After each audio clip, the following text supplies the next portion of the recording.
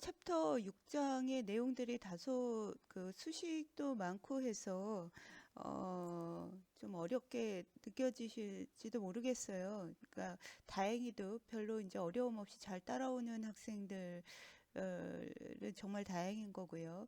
근데 이제 혹시라도 어렵더라도 그 여러분들이 나중에 혼자 공부하는 것보단 어렵더라도 그냥 한번 이렇게 들어두면 그 혼자 공부할 때 어, 조금이라도 수월할까 해서 가급적이면 책에 있는 내용들을 모두 지금 다루고 있습니다. 어, 그러니까 핵심 내용들은 반드시 기억을 하시고요. 그러니까 그런 내용들 위주로 이제 시험에 이제 출제가 될 거니까 너무 공부 스트레스 받으면서 하지 않았으면 좋겠습니다. 즐겁게 여러분들 건강하고 즐겁게 그리고 이제 기분 좋게 오늘 공부 시작하도록 하겠습니다.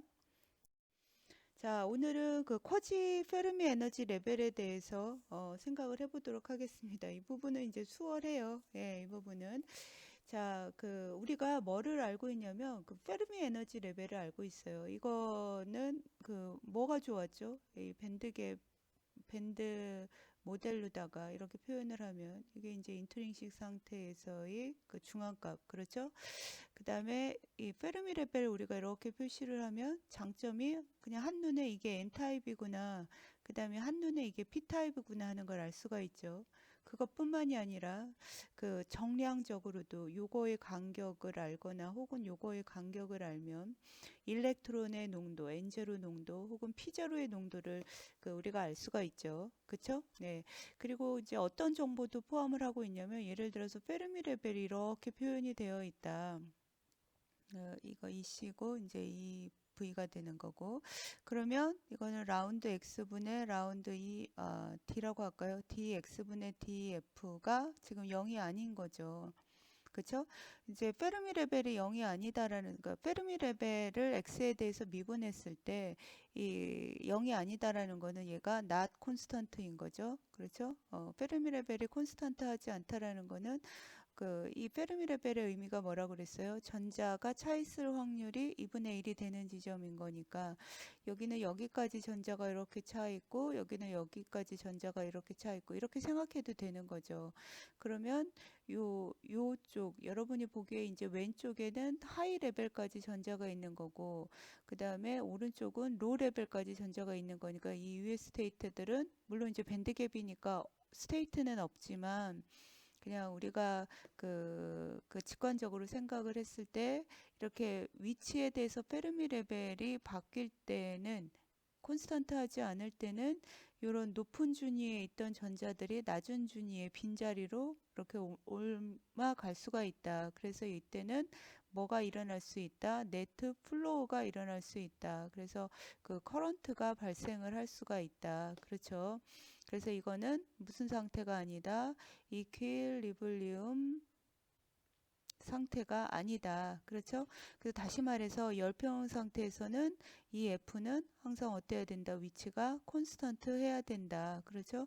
그래서 밴드 다이어그램 모델로 페르미 레벨이 지금 평평하게 있는지 아니면 뭐 이런 식으로 그 위치에 대해서 기울어져 있는지 이것만 딱 봐도 우리가 에너지가 인가가 된 상태다. 혹은 인가가 따로 에너지의 입출입이 없는 열평 상태다. 이거를 또 판단을 쉽게 할 수가 있다고 했었었죠. 그래서 이렇게 이제 밴드 모델이 여러 가지 장점을 갖고 있기 때문에 우리가 그 공을 들여서 이 물리전자에서 배우고 있습니다.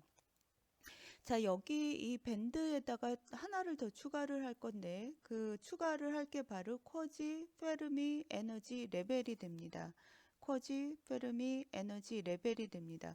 자, 이 그 쿼지 그 페르미 에너지 레벨은 언제 추가를 하게 되냐면 열평형 상태가 깨졌을 때 열평형 상태가 아닐 때, 넌 이퀄리브리움 상태일 때, 이거는 뭐인 거죠?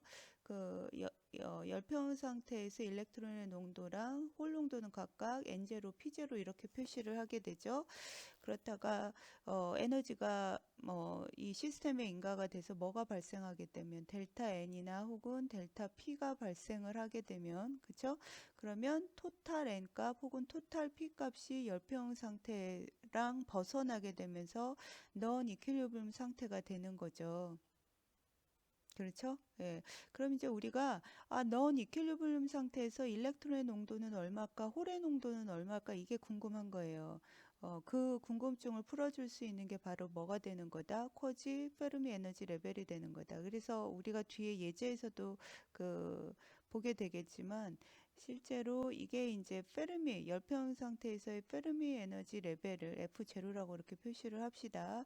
그러면 여기다가 이렇게 하나를 더 표시를 하면 이게 EF 일렉트론에 대한 쿼지 페르미 레벨과 그 다음에 이렇게 하나를 더 표시하면은 홀에 대한 쿼지 페르미 레벨이 이렇게 표시가 되어 있으면 이거는 지금 열평 상태가 깨진 거구나. 그 넌 이퀄리브리움 상태인 거구나. 이렇게 이해를 얼른 하시면 되고요.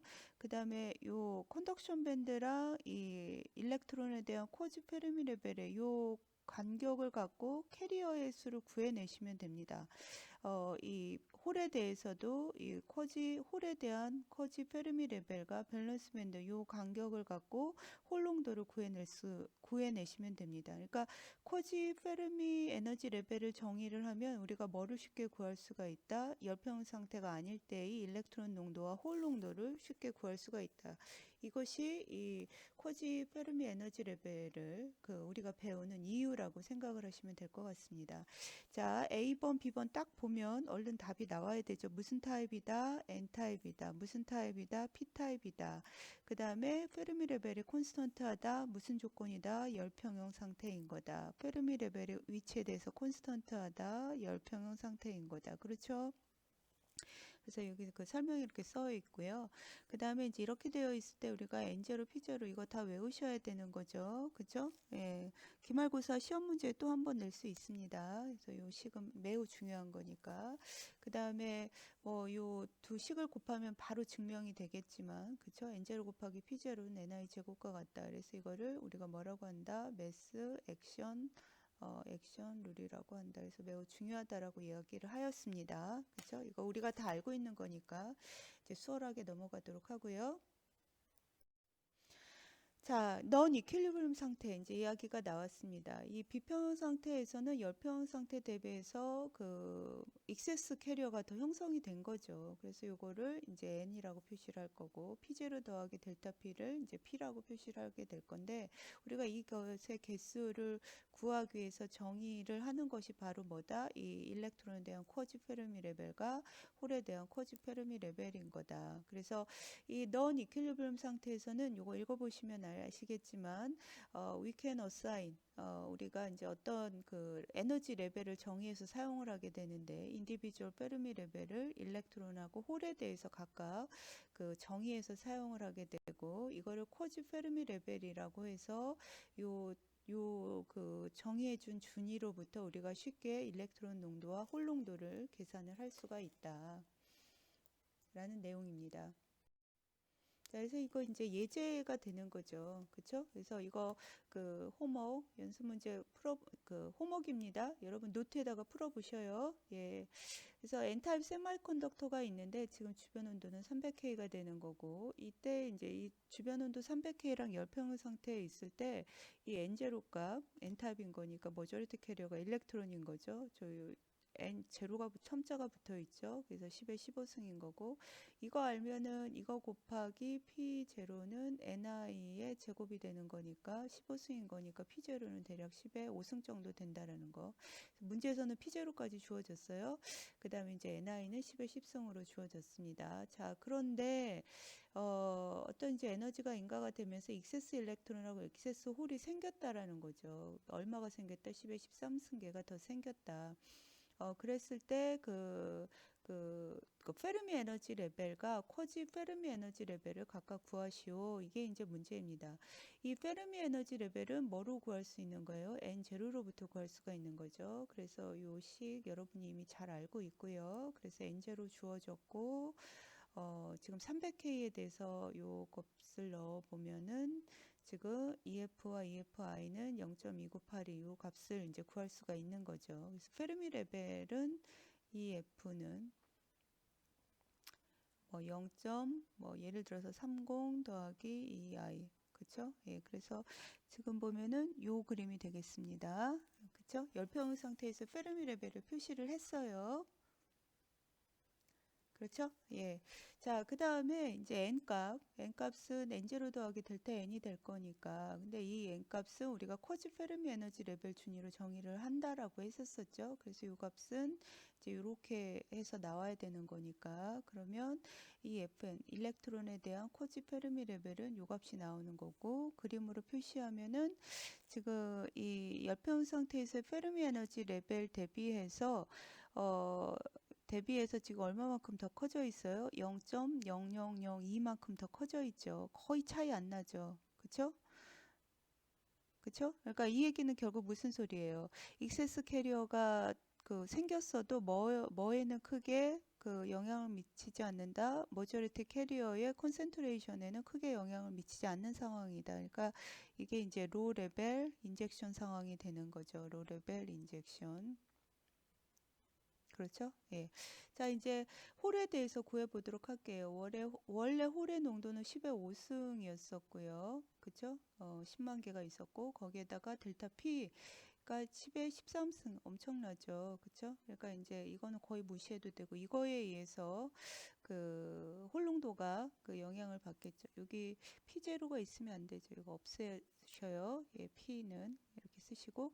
자, 그러면 이제 10의 13승이 나도록 하는, 13승이 되도록 하는 홀에 대한 쿼지 페르미 레벨을 계산을 해보면 이제 요 값이 되는 거고, 그럼 중앙에서 얼마만큼 떨어진 것? 0.179만큼 떨어져서 요게 EFP를 이렇게 우리가 표시를 할 수가 있습니다. 그러니까 열평 상태에서는 요 값이 이 값이 이 값을 우리가 표기를 안 하죠. EF만 표현하는 거고. 그래서 밴드 다이어그램에 EFN과 EFP가 동시에 두 개가 다 표시가 되어 있으면 여러분이 지금 이거는 익세스 캐리어가 형성된 상황인 거다라고 이해를 하시면 될 것 같습니다. 자, 그래서 이건 앞에서 우리가 계산한 거를 다시 한번 그림으로 보여준 거고요. 이제 고찰한 내용입니다. 지금 이거를 고찰을 했더니 머저리티 캐리어인 일렉트론의 콘센트레이션은 크게 이제 바뀌지 않은 거죠. 그래서 로 인젝션 컨디션이 되는 거고, 로 인젝션 컨디션이라고도 하고요. 로 레벨 인젝션 이렇게도 얘기를 합니다. 그러니까 레벨이라는 거를 넣을 수도 있고 안 넣을 수도 있고 같은 말이라고 생각을 하시면 됩니다. 이런 경우에 쿼지 페르미 에너지 레벨은 열평 상태에서의 페르미 레벨하고 크게 벗어나지 않는다. 유사하다. 앞에서 얘기했었었죠. 그런데 이 마이너티 캐리어의 농도는 아까 10의 10의 5승에서 10의 3승이었던가요? 이렇게 크게 바뀌었죠. 그렇죠? 그래서 이 홀농도는 크게 이제 바뀌게 되고 이제 이러한 상황이 열평 상태하고는 아주 이제 다른 홀에 대한 페르미 레벨의 표기가 나타나게 된다라는 이야기가 여기에 적혀 있습니다. 자, 이것으로 쿼지 페르미 에너지 레벨에 대한 수업을 마치도록 하겠습니다.